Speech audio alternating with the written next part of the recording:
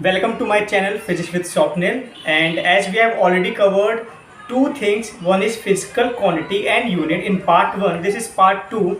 So let us understand more about units. So units are of two types.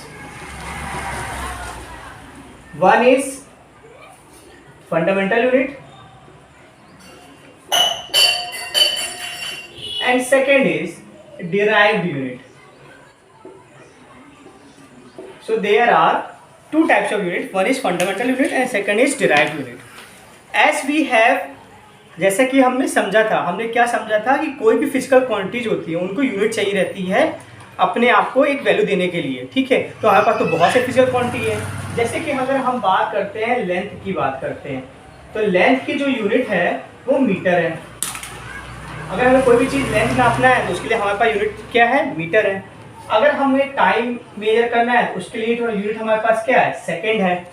अब मान लेते हैं हमारे पास एक फिजिकल क्वांटिटी स्पीड, हम सब जानते हैं स्पीड क्या होता है, फास्टनेस है ना, स्पीड। तो स्पीड है, तो ये और हमारे पास आ गई एक हमारे पास क्वांटिटी आ गई, स्पीड आ गई। अब इसके लिए हम अलग से यूनिट बनाए क्या? ऐसे तो कितनी सारी हमारे पास फिजिकल क्वांटिटीज हैं, स्पीड, फोर्स, मोमेंटम, बहुत सारी हमारे पास एनर्जी है। तो अगर हर एक के लिए हम यूनिट देंगे तो इतनी सारी यूनिट कौन याद करेगा? फिर साइंस का मतलब ही क्या है?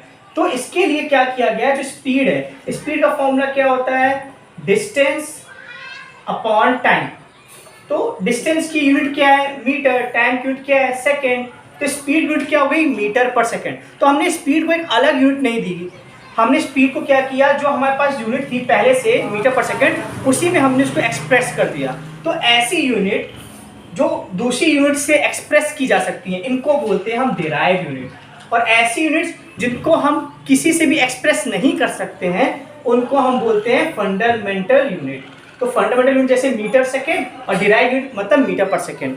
तो फिर बहुत ही क्यूरियोसिटी वाली बात है कि ये समझना कि कितनी फंडामेंटल यूनिट्स होंगी और कितनी, है ना। तो चलिए अपन देखते हैं कितनी फंडामेंटल यूनिट्स होती हैं हमारे पास। तो बेसिकली हमारे पास जो फंडामेंटल यूनिट्स होती हैं वो एक हमारे पास होती है, एक लेंथ की होती है। जैसे कि हम जानते हैं लेंथ क्या होती है, मीटर होती है यूनिट हमारी। लेंथ हमारा क्या है, फिजिकल क्वांटिटी है हमारी। लेंथ क्या है, फिजिकल क्वांटिटी। फिर हम जानते हैं टाइम, टाइम की यूनिट क्या होती है, सेकंड होती है। और फिर एक और है हमारे पास मास, मास की यूनिट क्या होती है, केजी होती है।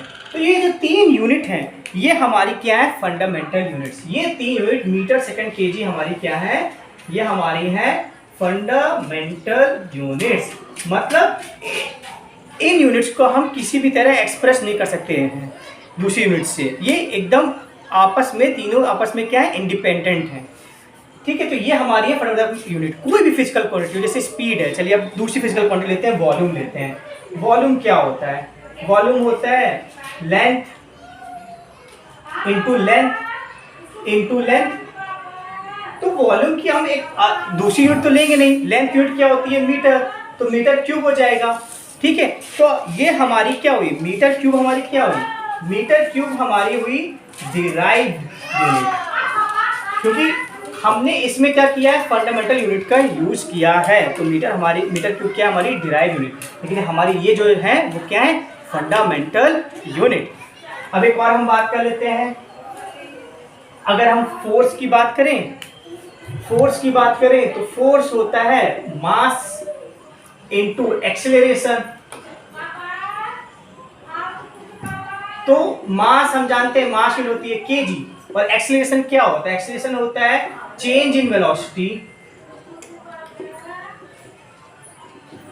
Upon time. तो केजी के तो केजी रहने दो, वेलोसिटी, वेलोसिटी क्या होती है, डिस्टेंस अपॉन टाइम। तो टाइम तो पहले से था, तो टाइम का क्या हो जाएगा, स्क्वायर।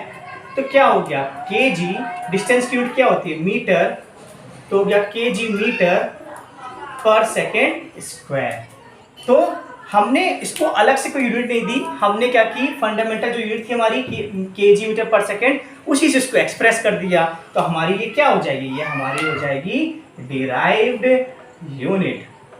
तो आई होप आपको समझ में आया होगा फंडामेंटल यूनिट और डिराइव यूनिट। फंडामेंटल यूनिट वो होती हैं जो इंडिपेंडेंट होती हैं, वो किसी पे डिपेंड करती नहीं है।